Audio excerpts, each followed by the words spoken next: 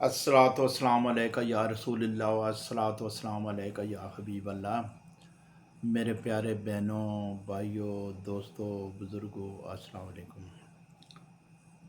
आजकल मौसम भी ऐसा चल रहा है, खुश्की का मौसम। इंडिया पाकिस्तान में तो बारिशें नहीं हो रही, जिसकी वजह से बच्चे, बूढ़े, जवान सभी, किसी को नज़ला है, खांसी है, ज़ुकाम है। तो इसी मौसम में ज़्यादातर टाइफाइड होने का ख़तरा होता है। टाइफाइड और मलेरिया जो मिलते जुलते दो ऐसे बीमारियां हैं कि जिनको टाइफाइड तो हफ्ता 10 दिन से पहले पता ही नहीं चलता। आप लेबॉर्ट्री में टेस्ट भी करवाएं तो तब भी उसके टाइफाइड के जरासीमों का पता ही नहीं चलता, क्योंकि इसमें ये होता है कि मलेरिया से भी सर्दी से बुखार होता है और सुबह और शाम होता है, दिन में फिर टूट जाता है। तो टाइफाइड में भी इसी तरह होता है। लेकिन टाइफाइड के जरासीम ऐसे होते हैं कि बंदे को उठने नहीं देते। बहुत ही जल्दी वाइट सेल्स जो हैं, जो खून के हैं, वो ख़त्म होने शुरू हो जाते हैं। बंदा पेशाब के लिए उठने की ताकत नहीं रखता, इतना कमज़ोर हो जाता है। इसका बर वक्त इलाज ना हो तो ये बहुत ख़तरनाक होता है। लेकिन आज मैं आपको बताऊंगा इसका इलाज, ऐसा इलाज कि जो इंतहाई कम कीमत और आम जो है ये दरख्त है, उसके पत्ते हैं कि ये KPK में तो बहुत ज़्यादा ये दरख्त हैं, तो पंजाब के एरिए में भी हैं। ये दो मिलते जुलते दरख्त हैं। एक तो नीम का दरख्त है। नीम के दरख्त के जो होते हैं पत्ते वो थोड़े छोटे होते हैं, तो दरेख जो है उसके पत्ते ज़रा बड़े होते हैं। दोनों बहन भाई हैं, ये दरख्त एक ही हैं तकरीबन, तो इनके फ़वाइद भी एक ही जैसे हैं।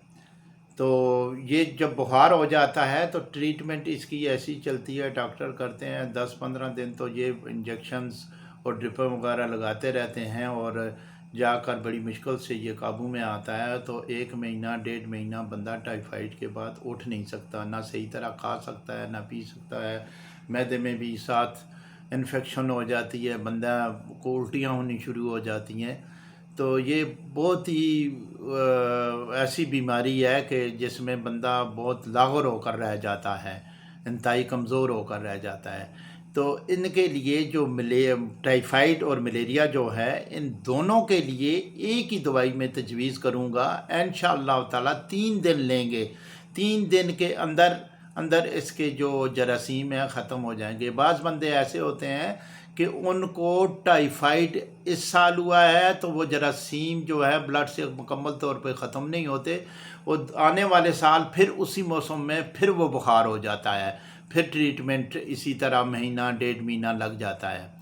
तो आज मैं जो बताने जा रहा हूँ वो नीम का दरख्त के जो पत्ते होते हैं, जो कोंपलें निकलती हैं, ताज़ा ताज़ा पत्ते होते हैं, वो ले लें और उन्हें कूट कर निचोड़ कर, जो टी कप होता है, छोटा चाय का कप होता है, उसमें 1 प्याली पानी उसका निचोड़ लें। पानी डालकर कूट लें, सही तरीके से कूटें और उसका अर्क जो है वो 1 प्याली निकाल लें।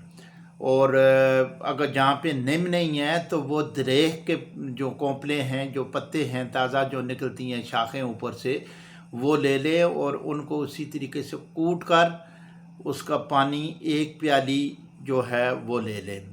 वो लेकर उसके अंदर 1 नींबू जो है वो निचोड़ लें।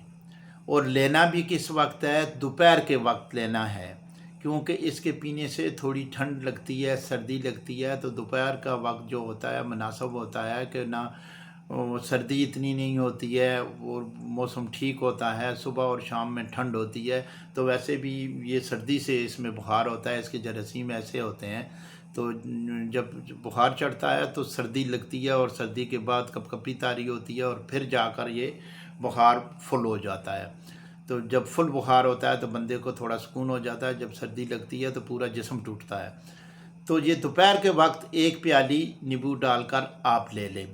ये 3 दिन मसलसल लें, इंशाअल्लाह ताला ये जड़ से टाइफाइड के जरासीम और मलेरिया के जरासीम को ख़त्म कर देते हैं। इसे मेरे भाइयों बिल्कुल मामूली चीज़ नहीं समझना, आप आज़मा कर देख लें।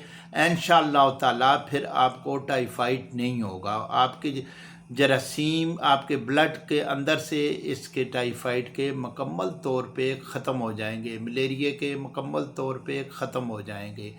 तो ये मेरे भाइयों मेरा चैनल है, तो इस चैनल को आप सब्सक्राइब कर लें। जो नए भाई आने वाले हैं, एक दफ़ा जब सब्सक्राइब कर लेते हैं तो वो आपके पास बेल आइकॉन दबा देते हैं, तो आपको सर्च करने की ज़रूरत नहीं पड़ती। ऑटोमेटिकली ये बेल आइकॉन दबाने की वजह से आपको नोटिफिकेशन आ जाता है, और वो आप जो ही नोटिफिकेशन पे क्लिक करते हैं तो मेरी वीडियो आपके सामने आ जाएगी।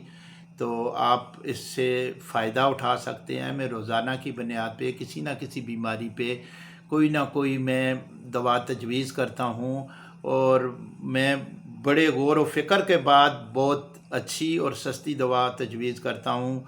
शफ़ा तो अल्लाह की ज़ात देने वाली है, ना मैं दे सकता हूँ ना बड़े से बड़ा डॉक्टर दे सकता है, लेकिन मुझे रब्बुल इज़्ज़त पर उम्मीद है, यकीन है कि मैं जो दवाइयाँ तजवीज़ कर रहा हूँ अल्लाह ताला मरीज़ों को शफ़ा देता है। तो मेरे भाइयों, ये मेरे चैनल को लाइक भी करें, सब्सक्राइब भी करें और ज़्यादा से ज़्यादा शेयर करें, ताकि मेरे तमाम भाइयों बहनों के पास ये मालूमात पहुँचती रहे। अस्सलाम वालेकुम व रहमतुल्लाहि व बरकातुहू।